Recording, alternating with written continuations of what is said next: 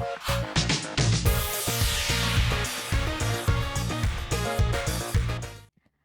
sobat semuanya, ketemu lagi dengan saya Fitri Astuti Setianingsih di episode yang ketiga. Pada episode ketiga ini kita akan membahas nih bagaimana usaha ini biar tetap relevan dan bermanfaat bagi semua orang. Nah, langsung saja kita ke narasumber kita yaitu Ibu Sukarni MPD. Kita langsung tanya nih bagaimana Ibu Sukarni ini membuat Sahabat Pintar Semarang berbeda dari lembaga lain. Oke, terima kasih Mbak Fitri atas Iya. kesempatannya. Jadi yang membuat Sahabat Pintar ini berbeda dari lembaga yang lain itu kita di sini tidak hanya mengajarkan tentang materi, tapi juga mengajarkan bagaimana learning habit kepada siswa, bagaimana menumbuhkan semangat belajar kepada anak-anak. Jadi kayak belajar itu bukan hanya sekedar paksaan dari orang tua untuk les, tapi itu atas dasar kemampuan mereka sendiri. Dengan cara di awal juga saya menekankan kepada pengajar, melalui pengajar-pengajar saya menekankan berikan motivasi, kemudian caring kepada siswa, kemudian adanya target, metode drilling, kemudian konsep-konsep penjelasan-penjelasan yang mungkin berbeda dari yang di sekolahan. Jadi itu menambah semangat motivasi kepada siswa. Kemudian yang kedua yang membuat Sahabat Pintar ini berbeda ya, semangat sekali kalau diminta menjelaskan tentang bedanya. Itu Sahabat Pintar memiliki laporan ke orang tua gitu, jadi kayak real time gitu. Anak datang, mereka berkode kehadiran, secara otomatis ada laporan ke orang tua. Berarti nggak hanya sekedar udah melaporkan saya udah les nih Bu ke ibunya atau ke Betul, bapaknya begitu kadang-kadang ya. ada anak yang izin berangkat les, tapi dia tidak sampai ke tempat les. Nah, di situ tim sudah menyiapkan alat absen di mana anak absen scan barcode, orang tua bisa udah langsung tahu real time, tidak hanya kehadiran, tapi juga pembayaran, kemudian juga ada catatan, ketika catatan nilai dari tentor, semuanya sudah bisa diakses oleh orang tua. Kalau kehadiran tadi lewat WA, on time tiap hari kita kirimkan secara berkala melalui WA server. Kalau untuk laporan-laporan bisa melalui aplikasi Sahabat Pintar yang bisa di-download di Play Store. Gitu. Itu yang menurut saya membuat Sahabat Pintar beda. Ada satu lagi nih teman-teman yang bikin Sahabat Pintar ini beda. Alhamdulillah dari tahun ke tahun kita selalu menyiapkan modul yang lengkap. Nah, gitu sesuai dengan kurikulum yang berlaku, selalu update gitu. Dan modul kita susun untuk kayak mengajar belajar anak yang enak, rangkuman materi, kemudian drilling-drilling soal, ada lembar pembahasannya, dan itu kita siapkan untuk membuat anak nyaman, anak happy belajar gitu. Belajar itu bukan sesuatu yang menyeramkan atau membosankan, tapi mereka ingin terus gitu, karena ada media, alat-alat kita bikin yang semaksimal mungkin. Gitu. Wah, berarti belajar di bimbel Sahabat Pintar itu sangat menyenangkan sekali ya Bu ya.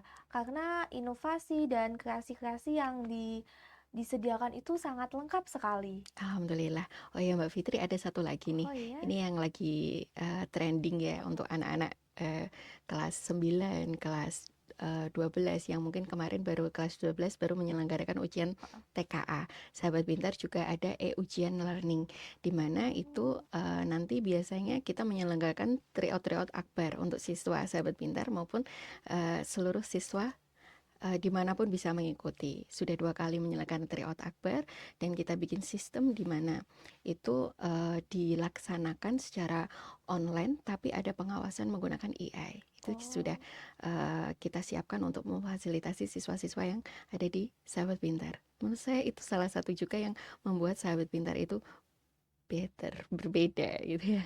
Terus itu yang mengikuti tuh bisa dari yang belum join ke bimbel Sahabat Pintar atau yang memang diharuskan yang sudah join begitu Bu? Iya, alhamdulillah tryout akbar yang kedua kemarin pesertanya sampai 700-an, itu juga dari luar Luar eh, juga. luar siswa sahabat pintar Oke, berarti gitu. untuk umum juga ya, Bu, ya? Betul, untuk Wah, umum. Pertama kita selanggakan gratis, kedua berbayar, tapi pun berbayar pun sangat masih masih terjangkau terjangkau sekali. sekali ya. Bisa dicek di Instagramnya.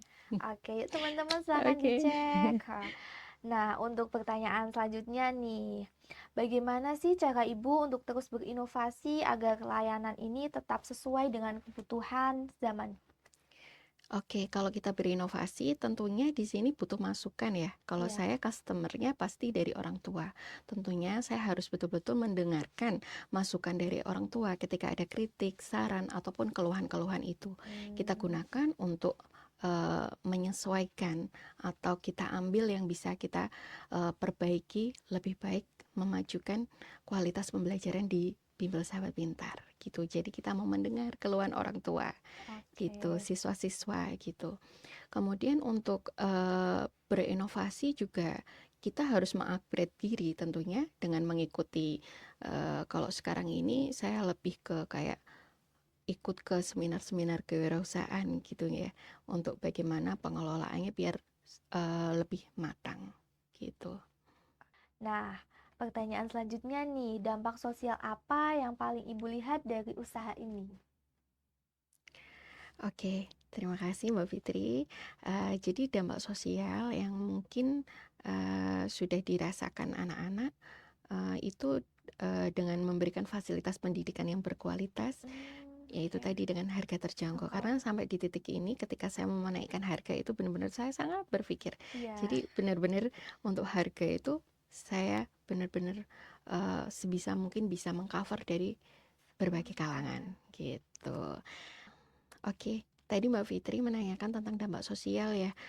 Saya lihat kalau dari pengalaman saya itu setelah siswa memaksimalkan potensi diri, kemudian nilainya meningkat, ada beberapa pengalaman orang tua juga datang ke bimbel, kemudian mengucapkan terima Wah, kasih sudah dibimbing, alhamdulillah masuk ke tes universitas yang diimpikan yang ya. diimpikan, kampus-kampus ternama, sekolah-sekolah SMA ternama itu menjadi kayak happening sendiri buat kita gitu. Bisa membantu Hmm, orang lewat jalur prestasi. Kan itu masuk ke sekolah negeri, otomatis gratis, iya, otomatis bisa ke membantu lewat jalur lain juga. oke. Oke. Terus nih, Bu, gimana sih respon masyarakat atau peserta dari bimbel yang Ibu dirikan ini? Alhamdulillah sejauh ini untuk respon dari masyarakat sendiri, baik menyampaikan langsung ataupun melalui komentar di map itu ya, alhamdulillah respon positif. Ada banyak yang keterima tadi di sekolah negeri maupun di Wah, kampus-kampus yang mereka inginkan. Di beberapa kesempatan juga orang tua ada yang menyampaikan perubahan sikap belajar anak yang awalnya malas-malasan jadi antusias semangat belajarnya. Itu hmm, perubahan yang awalnya tidak bisa membaca, anaknya jadi bisa bisa membaca. membaca. Nah, itu bekal untuk menggapai ilmu selanjutnya dan saya kira itu sangat luar biasa Biasa. sekali Oke, gitu. Yang membuka jendela membaca oke, gitu. oke. Dan Sam, ada lagi nih, kalau tadi apa? respon dari orang Iya. tua kan, kalau respon dari anak-anak juga luar biasa. eh, Anak-anak itu bisa dikatakan betah banget belajar di Sahabat Pintar. Wah, Kenapa? Karena itu ada anak yang belajar mungkin gak hanya satu, puluhan lebih ya. Itu dari SD, SMP, sampai SMA. To be oh, continue. 9 berarti tahun 9 tahun stay belajar di di Sahabat pintar. Pintar. Wah, Entah karena murah atau kualitasnya. Tapi saya rasa Bapak Ibu juga ndak karena murah saja, iya pasti juga pasti insya Allah karena melihat kualitas dan kualitas. manfaat yang Iya, dirasakan. ya Itu sih, Bu, sih. itu pasti. Apalagi orang tua itu kan menginginkan anaknya mendapatkan pendidikan yang sangat berkualitas dan Iya. tentunya sahabat pintar ini juga adalah bimbel yang sangat berkualitas dengan harga terjangkau. Nah, untuk pertanyaan selanjutnya nih Bu ya, ada pengalaman apa yang membuat Ibu tuh merasa bahwa wah usaha ini tuh benar-benar berarti nih buat orang-orang sekitar? Oke, mungkin kalau pengalaman itu sudah saya sampaikan tadi ya, ketika orang tua itu datang dengan rasa terima kasih. tapi Wah, tidak dengan uang, iya, gitu. Anak berhasil keterima di PTN favorit, terima kasih nggih Bu. Akhirnya bisa membaca itu tadi, bimbing anak masuk ke masuk. SMA lewat jalur prestasi. Disitulah merasa alhamdulillah Sahabat Pintar bisa menjadi apa namanya, jembatan kesuksesan gitu, Oke, menjadi perantara anak-anak untuk meraih mimpi gitu. oke. Nah, Masya Allah sekali kan, ilmu yang sudah kita dapatkan hari ini banyak hal yang membuka mata dan bikin kita makin semangat tentunya. Untuk podcast episode ketiga kali ini kita akhiri di sini dan tunggu kita di episode berikutnya.